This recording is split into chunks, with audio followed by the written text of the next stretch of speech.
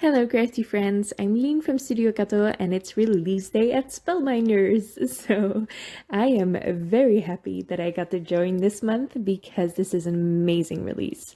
I got a couple of the goodies from the Floral Reflection Collection and I thought I'd share those with you today, along with all of the cards I made so far. But obviously I can't show you all the cards plus their tutorials today. That would be a very long video.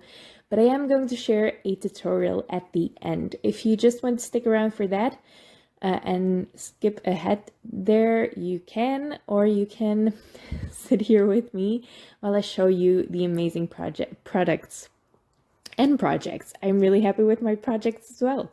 So this is the Floral Reflection die set, and the idea is that you die cut two of them and mirror them on a card. There is actually a Essentials die set as well that I don't have, but it cuts out a perfect shape to go around two of those clusters. So that's a really fun card design as well, very easy to do. And I really like it split up as well, so you don't have to use both of the clusters together. Now, this is the Essential Hearts die set. I can't believe Spellbinders didn't have Essential Hearts dies yet. They're a must-have in my craft room. I love heart dies, and I really wanted to make shaped heart cards, but if you make a shaped card in the shape of a heart, it doesn't stand up on its own. So I tried something new, and I made heart easel cards. And they're a little bit different to make than shaped cards, but very easy still. And this one is actually finished with the stopper on the inside. That with love sentiment is also from this collection. And so are those amazing flowers on there. That's the next set I'm going to show you, I think. I filmed this video a while ago. Right, this is a sealed bouquet die set, and I love it. Last month, Spellbinders released a wax seal kit and all of the wax seal goodies, and they also released a couple of die sets with very tall flowers or just fun elements. And the idea is that you put a seal where I put the sentiment here on this card. And it's just a really fun look with those long stems. So they do have a couple of sets already with those tall stems, and I really, really love them. But they released two more this month, the sealed bouquet and another one that I don't have. Now this embossing folder is also very, very good. I really, really like it. I had a lot of fun painting it. You will see that later in this video. It's a great 3D embossing folder. I really love it. It's very different, but it's one of those geometric designs that you can use over and over again. Obviously, they also released some hot foil plates. The Spellbinders Glimmering hot foil plates are just so stunning, and these are no different. This is the Solid Heart hot foil plate, but also the Glimmering Just For You hot foil plate. So I will share this video probably later this week. I'm very bad at sticking to schedules, but this is the Glimmering Just For You. And once you foil that, you can use your leftover foil and do the reverse foiling in a heart shape, because they now have a heart-shaped solid hot foil plate. They also have circle, a diamond. They have a bunch of fun shapes, and it's really great for one-layer cards, which I didn't do for this release, but it's still really fun. I really like the heart-shaped. Obviously, I'm really liking the heart-shaped dies. I made so many heart things for this release, and I love it. I filled one of them up with flowers because this release is chock full of amazing flowers. I can't wait to create even more cards with them. I love the Spellbinders florals. You can do them in so many colorways, but this video I am going to show you that blue card. It's a little bit more muted in colors, but it's really fun to make. It took me a while, mostly because I painted this embossed background. So let's get into the tutorial part of this video. When I 3D emboss anything, I first wipe a baby wipe over it. I prefer that to adding water from a spray bottle because then you get big splatters. I don't like that. But you have to make your paper a little bit wet so it doesn't crack when it goes through your die cutting machine. And then I painted all of these tiles, or all of the raised areas of these tiles, with some blue paint. This is actually from a Karen brush marker, just because this was the perfect shade of blue. It's inspired by Dutch pottery. It always has a very specific shade of blue, so that's the one I went for. And I always cut my panels a little bit larger than I need them to be in the end if I emboss them, because usually the edges aren't straight anymore after you emboss something with an embossing folder. So after I'm done painting it, I cut it down to the correct size, and then you do have straight edges. It's a little bit of an extra step, I guess, but it's worth it.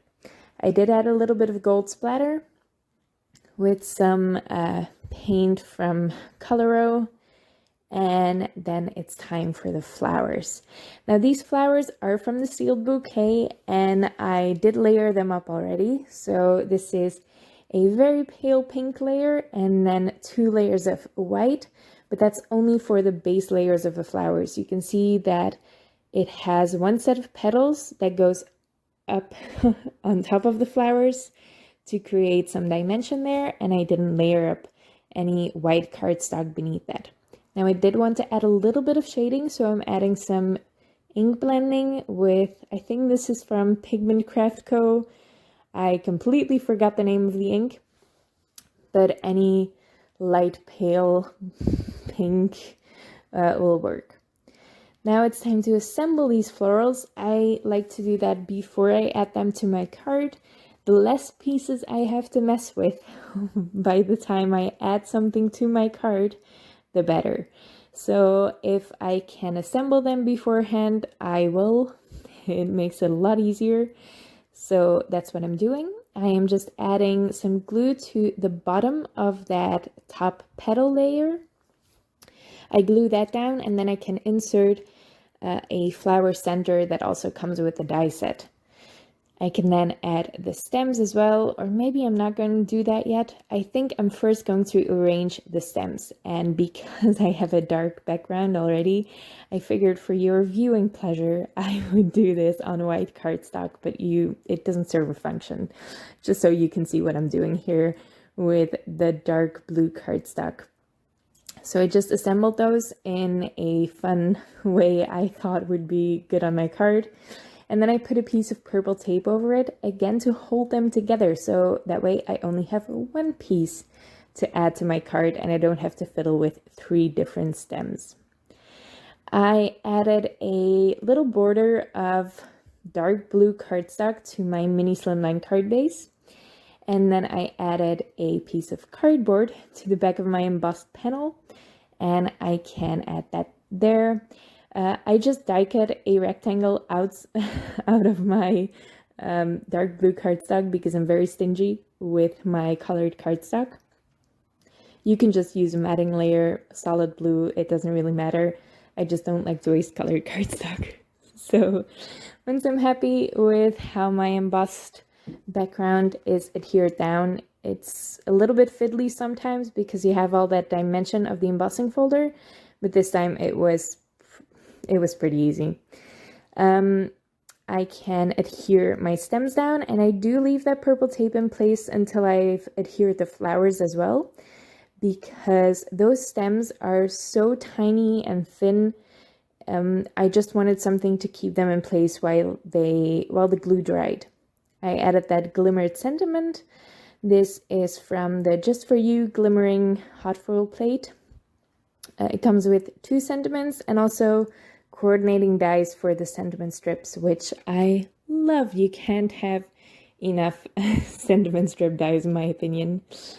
I'm finishing this off with some gold pearls, and that's it. That's my first card for this release. I think it's also the first one I made, actually. Usually I don't show them in chronological order, I think. But as it happens, this one was the first I made, and I loved it. I loved making it. I loved painting that embossing folder pattern thing. And I really, really like the sealed bouquet. I'm a very big fan of those tall stems.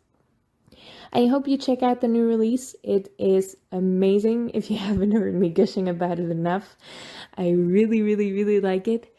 Everything I use today will be linked in the description below. I hope you check it out. And I hope you have fun creating with this. This is an amazing release. I think Spellbinders always gets better with their releases. I feel like every month they just one-up themselves. I'm such a big fan of them. I hope you enjoyed this video. Thank you so much for watching, and I hope to see you next time.